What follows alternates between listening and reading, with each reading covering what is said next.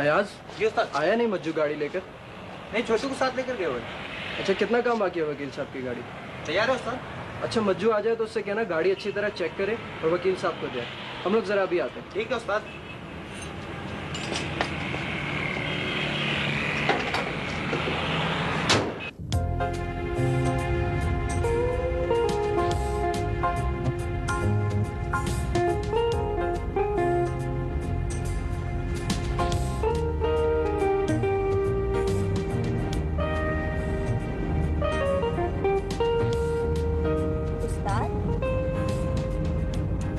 पता है मैंने क्या सोचा था? मैंने सोचा था कि तुम किसी कॉलेज या यूनिवर्सिटी में उस्ताद बन जाओ। और मैं गाड़ियों का उस्ताद बन गया। मेरा ख्याल है मेरे मौजूदा प्रोफेशन से भी तुम्हें खुश होना चाहिए कि नहीं? तुमसे मिलकर मैं सिर्फ खुशी नहीं हूँ, बल्कि मेरा सर फख्र से ऊंचा हो गया है रुशु। सेल्फ मेड आदमी की तुमसे अच्छी मिसाल मैंने कम देखी। तुमने कुछ करके दिखाया रुशु।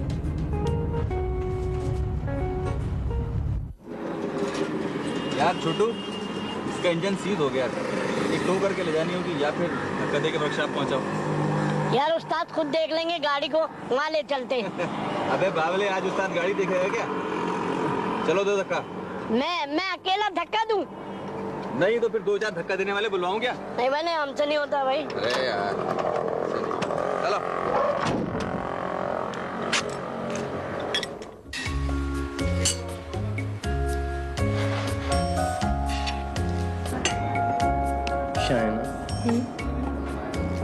यहाँ काटो नाखून से, काटो।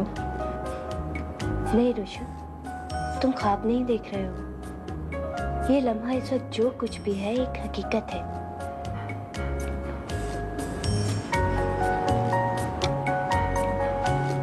है ना हकीकत? हाँ शायना, ये लम्हा जो कुछ भी है हकीकत है। और इस लम्हे को रोक लें। कुछ सुनाओ रुशु, अपने बारे में कुछ सुनाओ इस एक लम्हे के अंदर। कहाँ से शुरू करूं? किस दिन से? उस दिन से जब मैंने तुम्हें रोकने की कोशिश की थी और तुम मुझे रोता छोड़कर चले गए थे। उस दिन से सुनाओ रुशु। लेकिन उस दिन से पहले भी मुझ पर बहुत कुछ बीत गई थी शायना, जेल की सलाखों के पीछे। तुमने वो भी तो नहीं सुना? मुझे एहसास है रुशु, और मैं एतराफ भी कर चुकी थी कि वो जेल तुम्हें उस घर ने दी थी। नहीं शायना, ये बात नहीं है। उस घर ने मुझे सिर्फ जेल ही नहीं दी, बल्कि उस घर ने मुझे पनाह भी दी है। उस घर में पहली बार मुझे एहसास हुआ कि मोहब्बत किसको कहते हैं। उस घर के अंदर मैंने पहली दफा मोहब्बत की नन्ही सी देवी का मुजस्मा देखा था, और फिर सारी जिंदगी उस हसीन मुजस्मे की यादों में गुजार दी। जब मैं तुम्हें कोठी के बाहर आबदीदा छोड़कर निकला तो एक कटी हुई पतंग की तरह था शायना। मेरे आगे कोई रास्ता, कोई मंजिल नहीं थी। मैंने अगले चौक से आखिरी स्टॉप की बस पकड़ ली। मज्जू, गेस्ट तो आ गया। बस शुक्र है। क्या हो मज्जू? अरे यार, इसका इंजन बैठ गया, शायद सीज हो गया। नहीं यार। अरे भाई झूठ थोड़ी बोलना, गाड़ी खोल के देख लो। और वो रोशू नहीं आया? नहीं उस्ताद, तो आज लंबे ही गए। जरा पानी पिलाओ। अच्छा, मुझे भी एक गिलास पिला।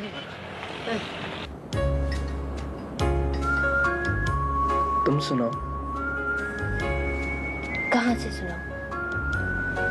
बहुत बिखरी हुई बेतरतीब दास्तान है, टुकड़े टुकड़े। टुकड़े टुकड़े ही सुनाओ। टुकड़े समेटने में वक्त लगता है रुशु, किसी दिन तफसील से सुनाऊंगी। वैसे भी अब तो मैं यहाँ आ ही गई हूँ। आ ही गई हो? क्या मतलब? पहले कहाँ थी तुम? थाईलैंड में। अब कहाँ रह रही हो? यही हनी प्लाजा के एक अपार्टमेंट में। कितने लोग हैं घर में? क्या पूछना चाहते हो? मेरा मतलब है हम 2 ही फर्द हैं घर में। तुम और मम्मी? नहीं, मैं और मेरे शौहर।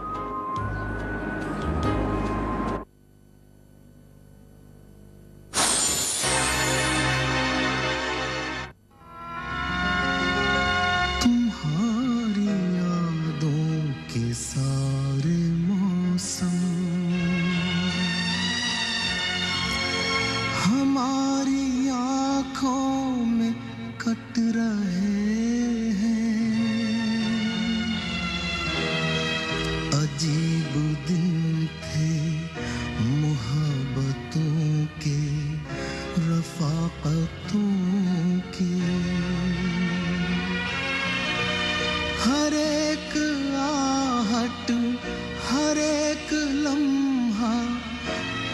लौट रहे हैं,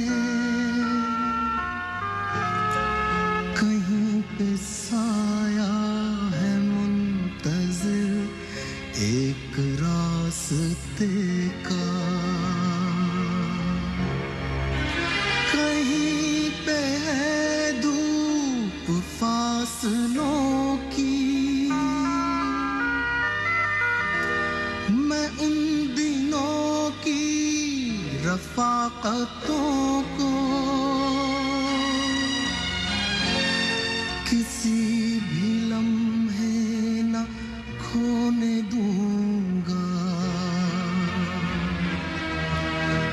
महकने दूंगा खुली हवाओं में ज़ख्म बनकर, कि ज़ख्म में भी तो जिंदगी है, कि खामोशी में भी नग़्मगी है।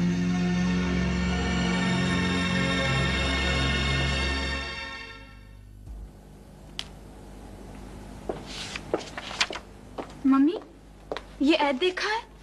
क्या है बेटा? आरशा कॉम्प्लेक्स बनाने वाले हैं आरशा एसोसिएट्स। वो बहुत कुछ कर सकता है बेटा, अब तो सब कुछ उसी के पास है। लेकिन ये सब डैडी का पैसा है मम्मी। इस दुनिया में ऐसे ही होता है बेटा, किसी की मेहनत का फल दूसरे को मिलता है और किसी के सर का ताज दूसरे के सर पे होता है। हेलो जी जी, हाँ मौजूद हैं। आप कौन हैं? हो करे प्लीज। मम्मी कोई रक्षंदा है। रक्षंदा आपसे बात करनी चाहती हैं, बात करें आप। हेलो जी, बोल रही हूँ रक्षंदा। हाँ हाँ, याद आ गया, आप वो रक्षंदा हैं जी। आप घर आना चाहती हैं? जरूर आइए, जरूर तशरीफ लाइए।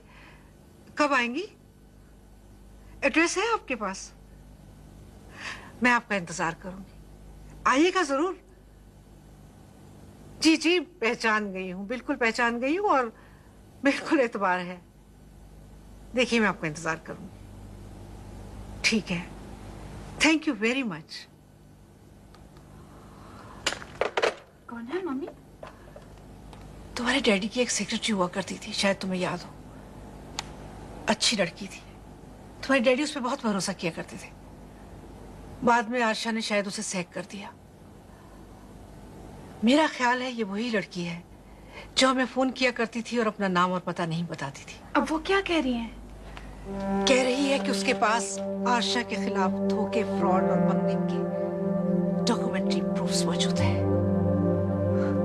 और ये कि उसने कैसे तुम्हारे डैडी को धोखा दिया और उनकी बिजनेस और जायदाद पर नाजायज कब्जा किया, इसके सबूत भी उसके पास है। वो इनकी आई विटनेस है बेटा। Oh good. और वो शाम को हमारे घर आ रही है। आरशा एसोसिएट्स।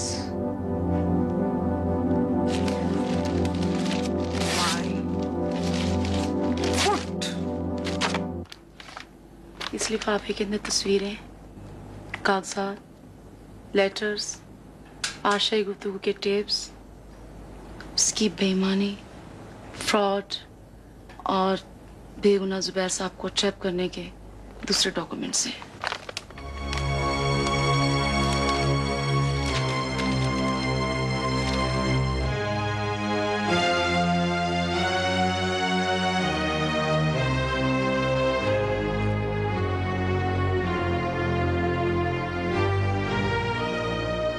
तुम अब तक क्यों खामोश थी? मैं अब तक फजल जहाँ के खौफ की वजह से रुपोश थी। फजल जहाँ की मौजूदगी में मेरी जिंदगी को खतरा था और आरशा को उसकी सरपरस्ती हासिल थी। तो अब क्यों सामने आ रही है? अब वो नहीं है तो मैं सामने आ गई हूँ। जुबैर साहब एक शरीफ इंसान और मेरे हसीन थे। उनकी मेहरबानियों का मुझ पर एक कर्ज था जो मैंने आज चुकाने की कोशिश की है। मैं उनकी ईमानदारी का एक जीता जागता सबूत हूँ। आप मुझ पर एतमाद कर सकती हैं। सुनिए, क्या अदालत में पेश होंगी आप? किसी भी वक्त। मैं भी आपकी तरह आशा की तबाही की मुंतजिर हूँ।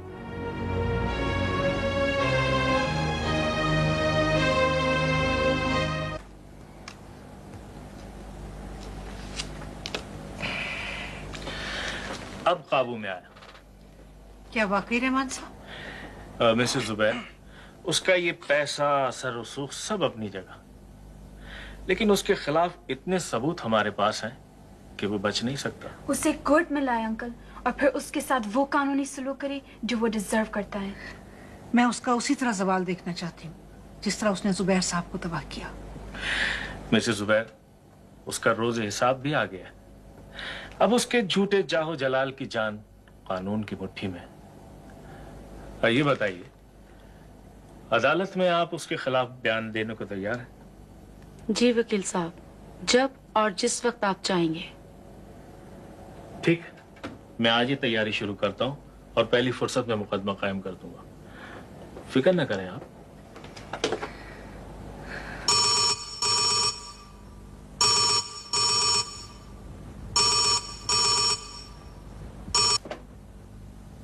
हेलो जी, बोल रहा हूँ।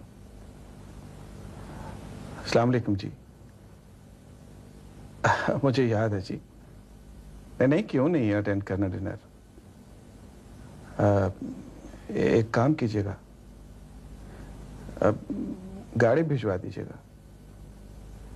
नहीं, दरअसल मैं आजकल अपनी गाड़ी इस्तेमाल नहीं करता। ओके जी, खुदा हाफिज़।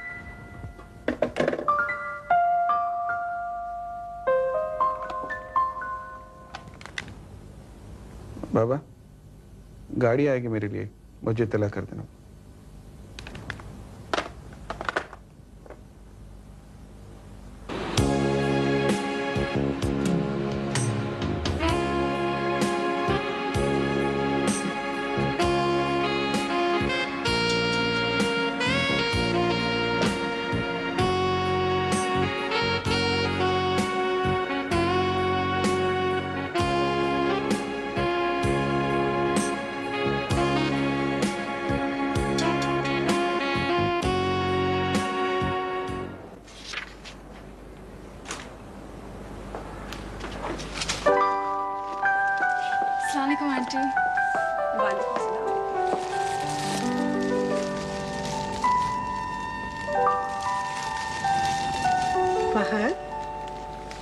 बेटा, देखो तो कौन मिलने आए हैं। आंटी, आप? हाँ बेटा फहद, कल ही लंदन से वापस लौटी हूँ। आपका सुना तो फौरन देखने चली आई। आप बताएं तबीयत कैसी है? I'm okay now. Good boy. हाँ, इम्प्रूविंग। परेशानी की कोई बात नहीं है। मैंने रिपोर्ट्स भी देखी है और डॉक्टर सुहेल से केस खुद डिस्कस किया है।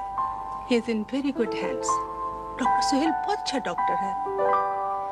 तुम आ गई हो ज़ैनब, तो मुझे तसल्ली हो गई है। Thank you so much.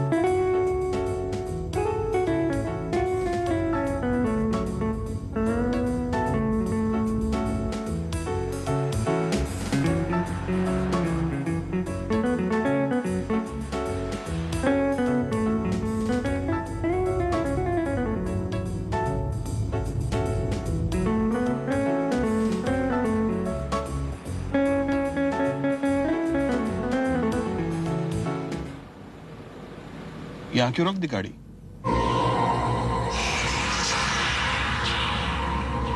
तुम?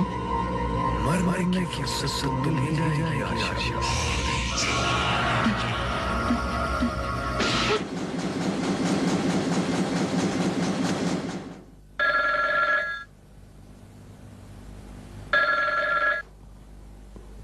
Hello. What? When? ठीक है, मैं पहुंच रहा हूं ऑफिस। At once.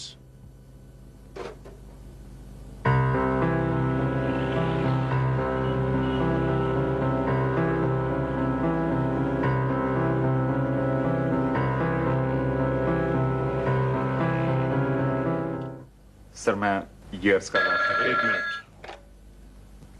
हेलो। हाँ, बात कराओ। जी क्या है? Yes, I know all about it. So far as the press is concerned, I have gone through all the media reports. मैं सिर्फ ये जानना चाहता हूं कि पुलिस क्या कर रही है।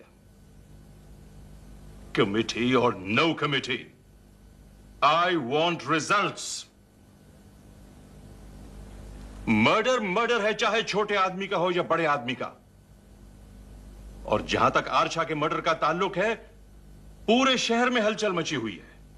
और हां, यह भी सुन लो, इस चक्कर में बहुत से लोगों की नौकरियां चली जाएंगी और कई लोगों के तबादले भी हो जाएंगे। Keep this in mind. जी सर, बात यह है कि बात यह है सर, बात वो है सर। अब ये अंदाजे नहीं चलेंगे SSP. I am fed up with your gas work. Sir ये गैस वर्क नहीं है। तो फिर ये क्या है? सर मैं फिर ये कहूंगा कि इस मर्डर के पीछे फजलजा का हाथ है। फजलजा? Who is फजलजा? What is फजलजा? Where is फजलजा? Everywhere, sir. He is everywhere. Sit down. Thank you, sir. तुम इस मर्डर से फजलजा को कैसे लिंक अप कर रहे हो? बकौल तुम्हारे, वो तो फजलजा का प्यादा था। देखें सर, जब बादशाह पर शय पड़ने लगती है तो वो अपने प्यादे को मरवाने में देर नहीं करता। सर मेरी रिपोर्ट्स के मुताबिक आखिरी दिनों में आशा और फजलजा के दरमियान कॉन्फ्लिक्ट्स पैदा हो गए थे और सर आशा ने फजलजा के ऑर्डर्स ओबे करने से इनकार कर दिया था। आप खुद सोचे सर, ऐसी सूरत में फजलजा उसे अनपनिश्ड कैसे छोड़ सकता था? Well, this is your opinion. I don't agree with you. But I also don't disagree with you. Let me think it over. Thank you, sir. Thank you very much.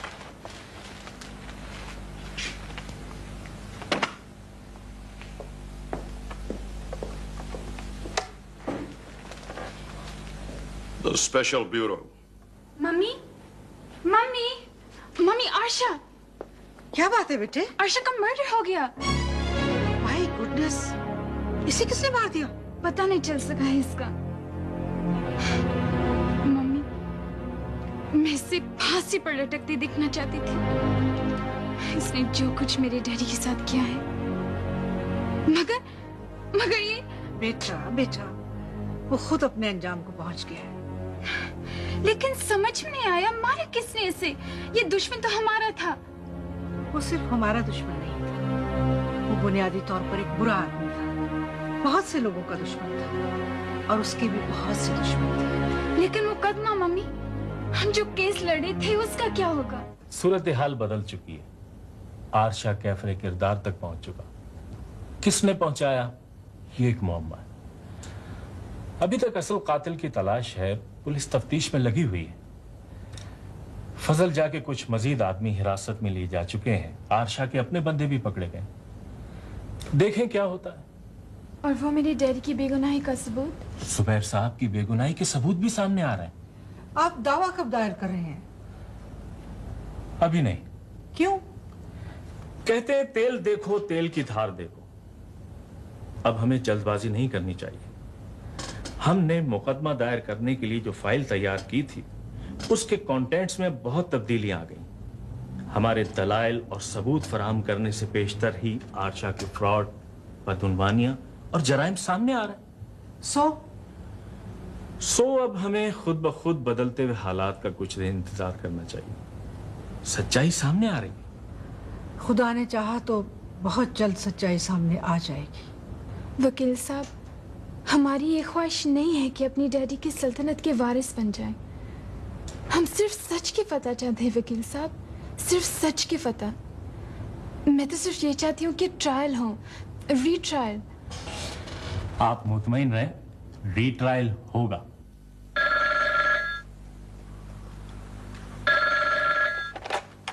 Hello जी, बोल रहा हूँ।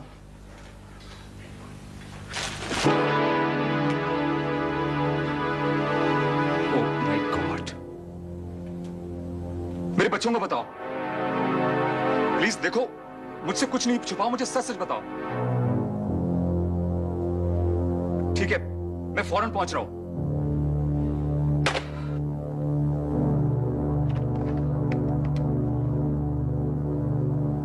वजात को फौरन मिलाओ।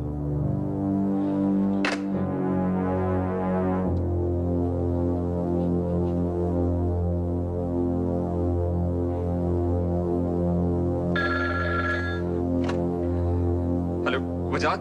जी सर, मैं बोल रहा हूँ। मेरे इन-लॉज के यहाँ बम ब्लास्ट हुआ है। मेरे फादर इन लॉ शदीद जख्मी हो गए हैं। सर, वो बेगम साहब और बच्चे तो खैरियत से है ना? हाँ, वो खैरियत से है। मुझे यही बताया गया कि वो बाहर गए हुए थे कहीं नानी के साथ। वजात, मैं इतना जानता हूं कि ये अटैक आगाजी पर नहीं बल्कि मेरे बच्चों पर हुआ है। मैं फौरन गांव जा रहा हूं।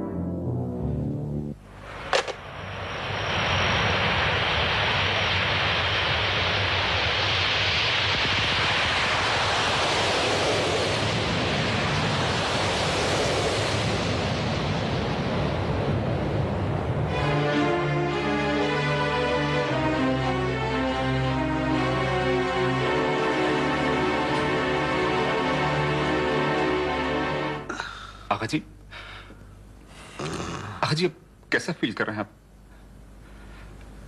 ठीक हूँ बेटे, खुदा का शुक्र है कोई बड़ा डैमेज नहीं हुआ।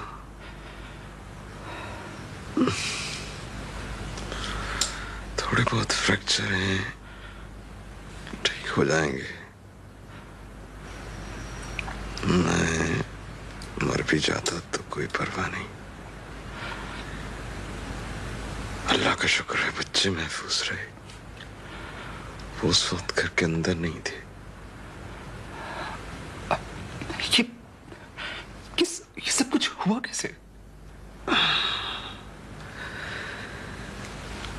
शाजिया और बच्चे तुम्हारी आंटी के साथ मुरसलीन के घर गए हुए थे।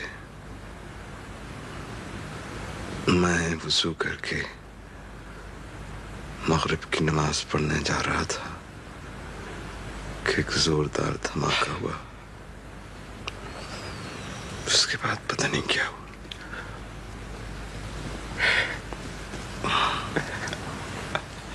आगा जी, ये हमला मेरे बच्चों पर हुआ था और आप जद में आ गए। बेटे, तुम्हारे साथ किसी की दुश्मनी हो सकती है, मेरे साथ हो सकती है, लेकिन बच्चे तो मासूम होते हैं। आगा जी, जो लोग मुजरमाना कार्रवाइयों में मुलव्वस होते हैं वो मासूम और बेगुनाह लोगों का ख्याल नहीं करते। जालिम होता है। खैर, से तो जंग जारी रहेगी। ये बताइए, बच्चे कहाँ? नहीं बेटे, तुम उन्हें वापस दे जाओ।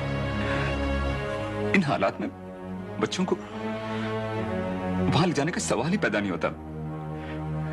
जिस दुश्मन ने उनका यहां तक ताक़ुब किया, वहां भला कब छोड़ेगा? मैं तो सिर्फ उनसे मिलना चाहता हूं। बेटे, तुम तुम्हारे पीछे क्यों पड़े हुए हैं? हाँ जी, कि पुलिस की नौकरी है, यहाँ मुजरिमों से वास्ता पड़ता है। लेकिन बेटा पुलिस में तो देखिए प्लीज आप बोलिए नहीं, आपको डॉक्टर साहब ने मना किया। अच्छा,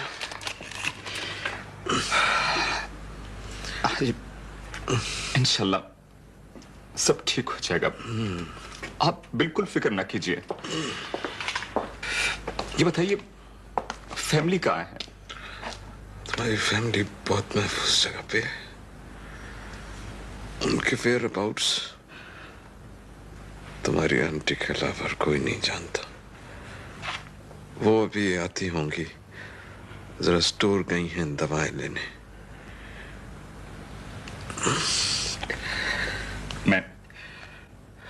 मैं जरा डॉक्टर साहब से मिलकर आता हूँ। सिस्टर जी डॉक्टर साहब कहाँ हैं? आइए प्लीज।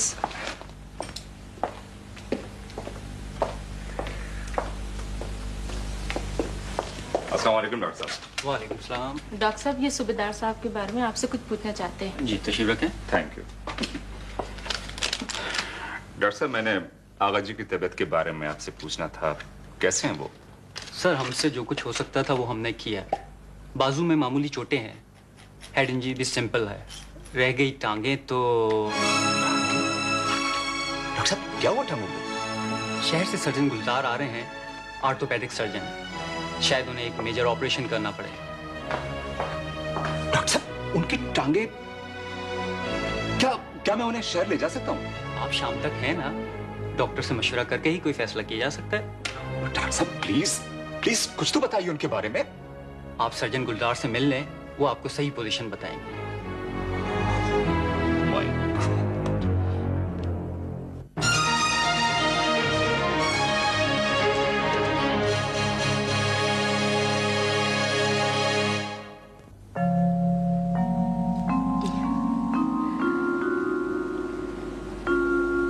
कभी दलदल देखी है? बोलो, क्या कभी दलदल? हाँ, फिल्मों में देखिए। कभी किसी को डूबते देखा है दलदल में?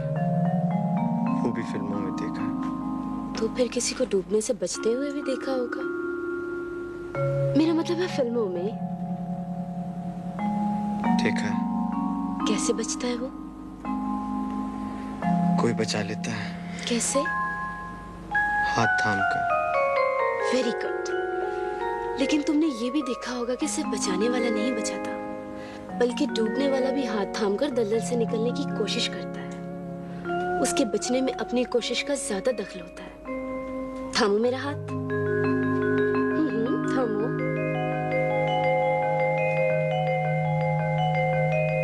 अब उठ बैठो। शाबाश। देखा तुमने, इस कोशिश में मेरा कम और तुम्हारा ज्यादा दखल है ना?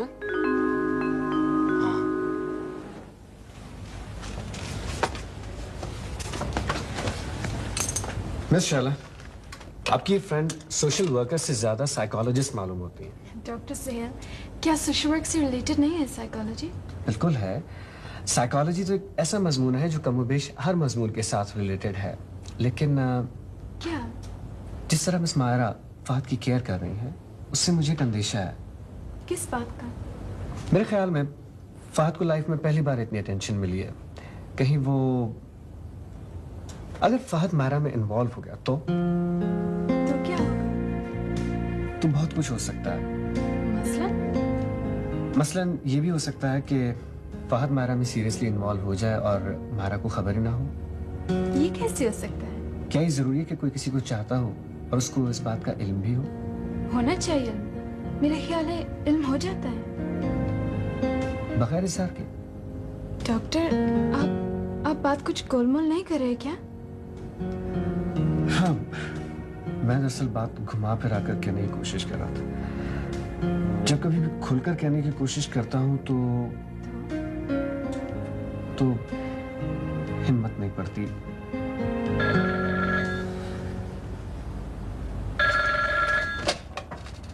हेलो। यस, भेज दो अंदर।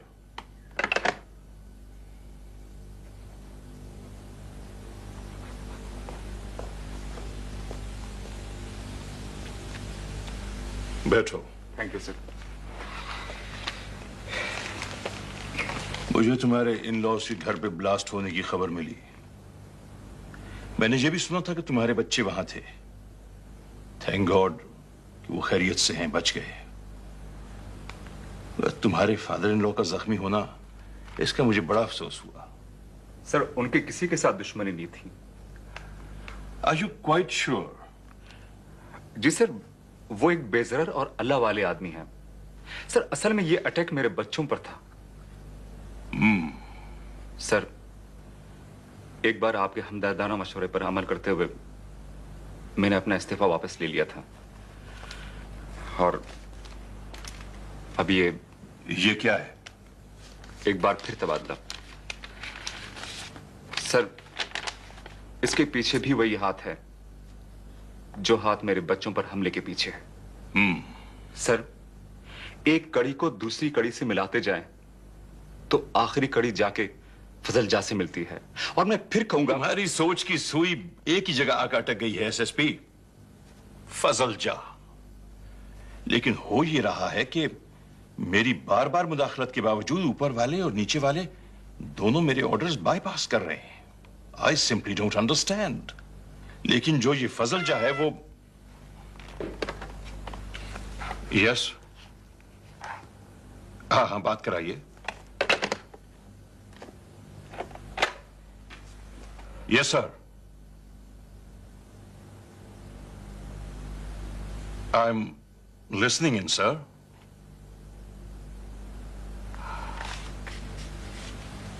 Very well sir. Yes, sir.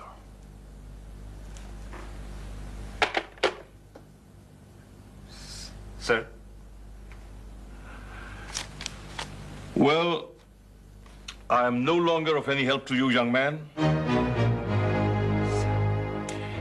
I am now an OSD. मुझे इस कुर्सी से उठा दिया गया है. And OSD means nothing. I am nothing. You are nothing. No, sir. I am still something. जब तक ये वर्दी मेरे जिस्म पर है,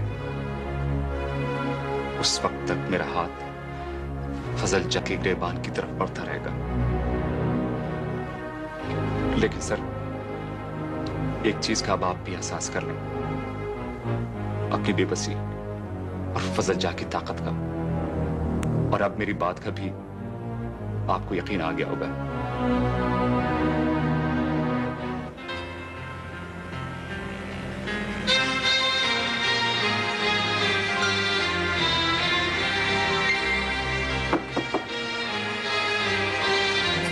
आप प्लीज बैठिए। तुम इतने संजीदा क्यों हो? मैंने शादी कर ली इसलिए? नहीं, ये बात नहीं है शाइना। आपकी गाड़ी बन गई है। मुझे मालूम, मैं देख आई हूँ बाहर। एक राउंड लगा के देख लें। तुम साथ नहीं चलोगे? मेरा मतलब है अगर कोई डिफेक्ट होगा तो तुम्हारे सामने आ जाएगा, बल्कि तुम खुद ही चला कर देख लो। जरूर, चलें।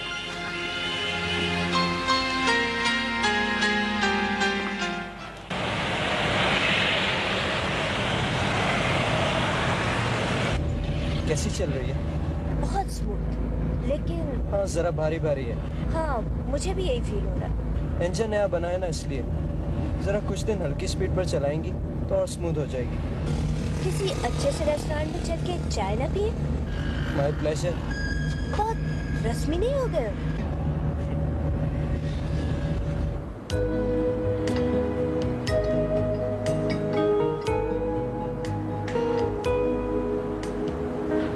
तुम्हें मुझसे कोई शिकवा नहीं होना चाहिए था रुशु। क्या वाकई कोई शिकवा नहीं होना चाहिए? हाँ रुशु, क्या तुमने जाते वक्त मुझसे कहा था कि मैं तुम्हारा इंतजार करूं? क्या तुमने कहा था कि तुम वापस आओगे? अगर इस तरह की कोई बात होती तो मैं शायद जिंदगी भर तुम्हारा इंतजार करती। शायद। ये मैं कैसे कह सकता था शाइना? मैं क्या था, मेरी क्या बिसात थी? मुझ पर तुम्हें जमीन आसमान का फर्क था। मेरा सहन उस वक्त पुख्ता नहीं था और मेरा तुम्हें छोड़कर जाने का फैसला इंतहाई जज्बाती और शायद शदीद नाराजगी का था। लेकिन मेरी छठीस मुझे जिंदगी भर यकीन दिलाती रही कि तुम एक ना एक दिन जरूर मिलोगी। मैंने उम्मीद का दामन कभी नहीं छोड़ा। और इस उम्मीद के बावजूद तुमने उस्ताद और उस्तानी के कहने पर शैला नामी लड़की से शादी करने का फैसला कर लिया। तुम्ही ने बताया ना? वो मेरी मजबूरी थी शायना। ऐसी ही मजबूरी की रियायत तुम मुझे भी दे दो रोशु। शायद मेरी भी कोई मजबूरी थी। क्या मजबूरी थी? लंबी दास्तान है, इस मुख्तसर से वक्त में नहीं सुना सकती। और कॉफी? नहीं, मेरा ख्याल है अब चलना चाहिए। बेटा,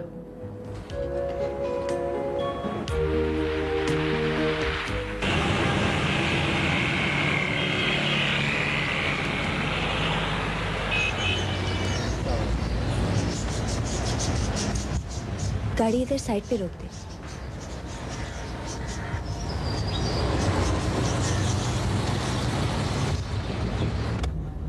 यहाँ क्यों रुकवा दी गाड़ी?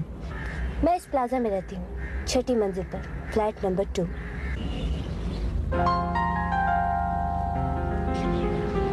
आई सी, बहुत खूबसूरत प्लाजा है, बड़े अच्छे अपार्टमेंट्स हैं, मैंने देखे अंदर से। चलोगे नहीं ऊपर? मैं? हाँ हाँ, तुम ही से कह रही हूँ। मेरा मतलब है मिलोगे नहीं कैप्टन से? कैप्टन? कैप्टन महमूद, मेरे शौहर। ओह, तो गोया तुमने कैप्टन से शादी की है। महमूद पायलट है, फ्लाइंग ऑफिसर। तुम हमेशा ऊंचा सोचती थी और तुमने जीवन साथी के तौर पर भी बुलंदियों पर उड़ने वाला आदमी तलाश किया है। कैसे आदमी है? मिलकर देख लो। आओ, मेरा ख्याल है घर पर ही होंगे। वो दरअसल फिर कभी से। मैं समझ रही हूँ तुम्हारी घबराहट और हिचकिचाहट। मैं फिर आऊंगी, बल्कि कल ही आने की कोशिश करूंगी। कैप्टन के साथ? क्या ख्याल है, लाऊं साथ? चलो, पहले तुम ड्रॉप हो जाओ, फिर मैं वापस आ जाऊंगी। ठीक।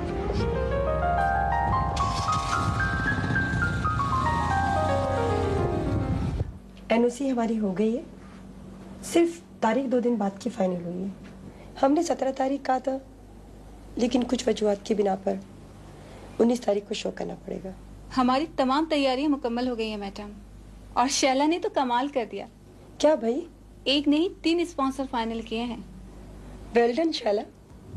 हाँ मैडम, ये काम भी बखूबी हुआ, लेकिन मुझे उदास कर गया। क्यों? मेरे डैडी आज मुझे इतने याद आए।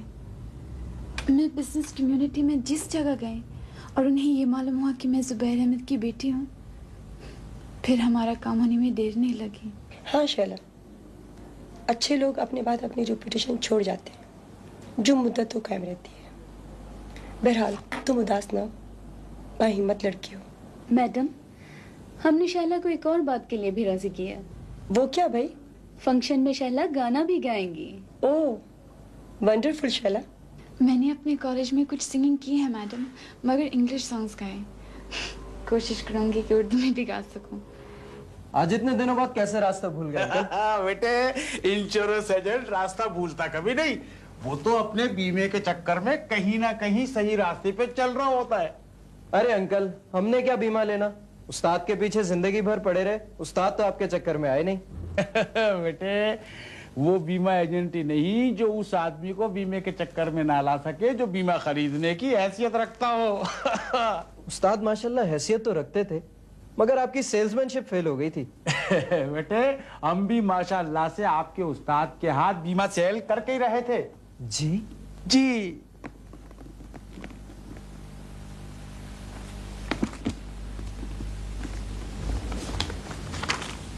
हाँ, ये यहाँ दस्तखत कर दो और कल दफ्तर आकर चेक ले लेना। बोनस मिला के कोई 1,75,000 रुपए का क्लेम है ये। क्या मतलब अंकल? मतलब ये है रोशु बेटा कि मैंने ये पॉलिसी जमील के हाथ सेल की थी। जमील ने अपनी बीवी को नॉमिनेट किया था, मगर खुदा की कुदरत वो उससे पहले ही फौत हो गई। जमील ने ये नामजदगी तुम्हारे नाम मुंतकिल करा दी। लेकिन अंकल, आपने बताया ही नहीं कभी। जमील ने सख्ती से मना किया था कि किसी को बताना नहीं। अच्छा हाँ, हम बड़े माजरत खां हैं कि चेक जारी करने में चंद नागुज़िर वजूह की बिना पर कुछ ताखिर हो गई। बहरहाल कल दफ्तर आकर चेक ले लेना और यहां दस्तखत कर लो।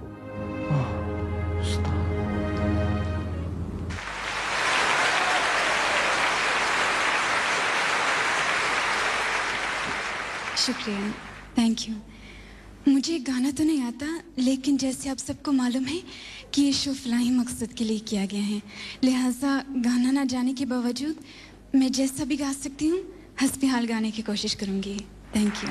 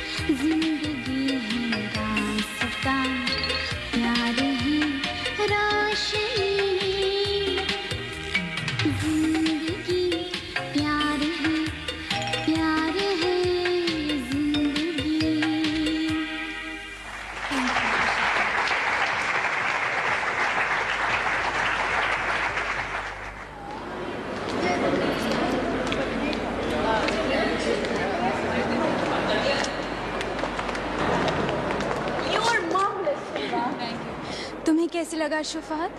बहुत ज्यादा इस्लाही था, लेकिन तुमने गाना बहुत बेसुरा गाया। तुमसे अच्छा तो मैं गा लेता। अच्छा मारा, जिस तरह अपनी जिम्मेदारी पर फहद को हॉस्पिटल से लेकर आई हूँ, इसी तरह पहुंचा कर दिया। ओके, ये मेरी जिम्मेदारी है Shaila. Don't you worry, come on. Myra, आज तुमने बहुत बड़ा रिस्क लिया है। किस बात का? मुझे हॉस्पिटल से निकाल कर। क्यों? मुझे कब की करोगे? ऐसा तो मैं सोच भी नहीं सकता। हाँ, कूद कर फरार हो सकता हूँ। शौक से? तो क्या तुम चाहती हो कि मैं चलती हुई कार से कूद कर मर जाऊं? तुम ही नहीं मरोगे फहद। मैंने जो तुम पे एतमाद किया, वो एतमाद भी चकनाचूर हो जाएगा। ठीक है, मुझे अपनी मौत की तो परवाह नहीं है मायरा, लेकिन तुमने जो मुझ पे एतमाद किया है ना, उसको मैं तोड़ना नहीं चाहता। Thank you. च्युइंगम? खुदा हाफिज।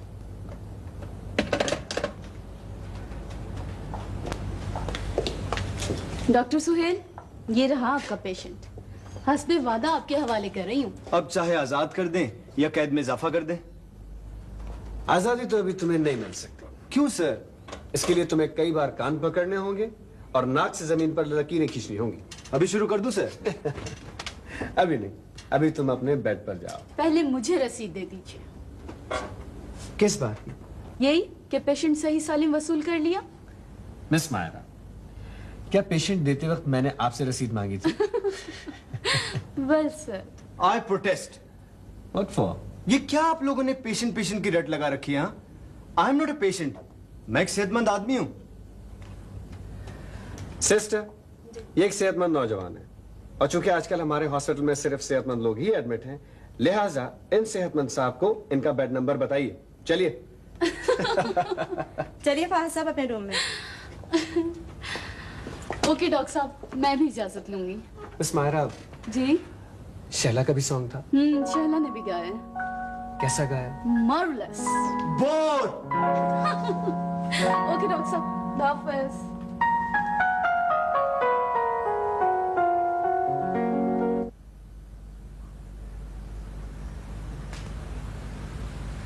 साहब कहाँ है? टेरिस पर थे जी। फिर वो हादी साहब, नईम साहब और सारे दोस्त आए और ले गए उन्हें साथ। कुछ बताया नहीं कहाँ गए? कहकर गए थे बेगम जी से कहना कि साइड का चक्कर लगाकर थोड़ी देर में वापस आ जाएंगे। बेगम साहिबा, एक तो ये साहब के दोस्त साहब का पीछा नहीं छोड़ते। कोई बात नहीं शमा, साहब का नुकसान तो नहीं करते ना। साहब से मिलकर इनका दिल खुश हो जाता है, इसमें क्या बुराई? बेगम साहिबा, आज आप कुछ खोई खोई सी लग रही हैं। नहीं, ऐसी कोई बात नहीं। तुम मेरे लिए जरा अच्छी सी चाय बना लो। मैं अभी बनाकर लाती हूँ।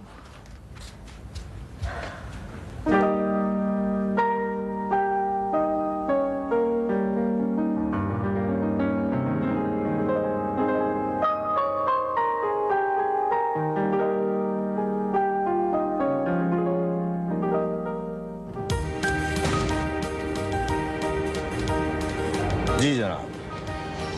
तो क्या तुम्हें अभी भी यकीन है कि वो इसी शहर में होगा? कौन? वही लड़का रोशू। कुछ कहा नहीं जा सकता महमूद साहब। मेरा ख्याल है वो पाकिस्तान में नहीं होगा। ये कैसे कहा आपने? भाई यूथ कहाँ रहा अब हमारे मुल्क में। सारे नौजवान तो फ्यूचर बनाने के लिए मुल्क छोड़ के जा रहे हैं। वो भी कहीं यूरोप अमेरिका चला गया हो। वो बाहर जाने वालों में से नहीं हो, ना उसे अपने मुस्तकबिल की फिक्र थी। वो तो मुल्क का मुस्तकबिल बनाना चाहता था। लेकिन मुल्क तो वैसे ही है। शायद मुल्क को बदलते बदलते खुद बदल गया होगा। यहाँ अक्सर ऐसा ही होता है। वो भूल ही गया होगा कि वो घर से किस मकसद के तहत निकला था। ऐसे में क्या उसने तुम्हें याद रखा होगा जिस तरह तुमने उसे याद रखा? हो सकता है। ये भी हो सकता है कि उसे याद ही ना हो कि शाइना नाम की कोई लड़की थी भी या नहीं। जिस दुनिया में हम रहते हैं वहाँ कोई चीज नामुमकिन नहीं, लेकिन रोशू मुझे भूल जाए, इस बात का यकीन करने को दिल नहीं मानता। अच्छा, खुदा करे कभी तुमसे मिल जाए।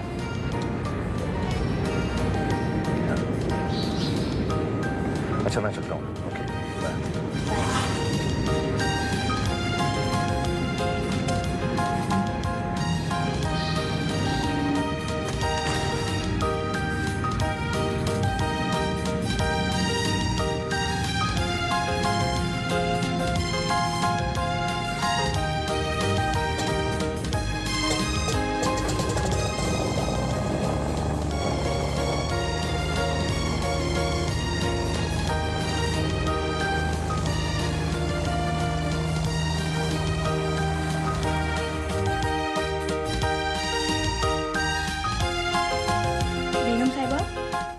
चाय मेज पर रख दो।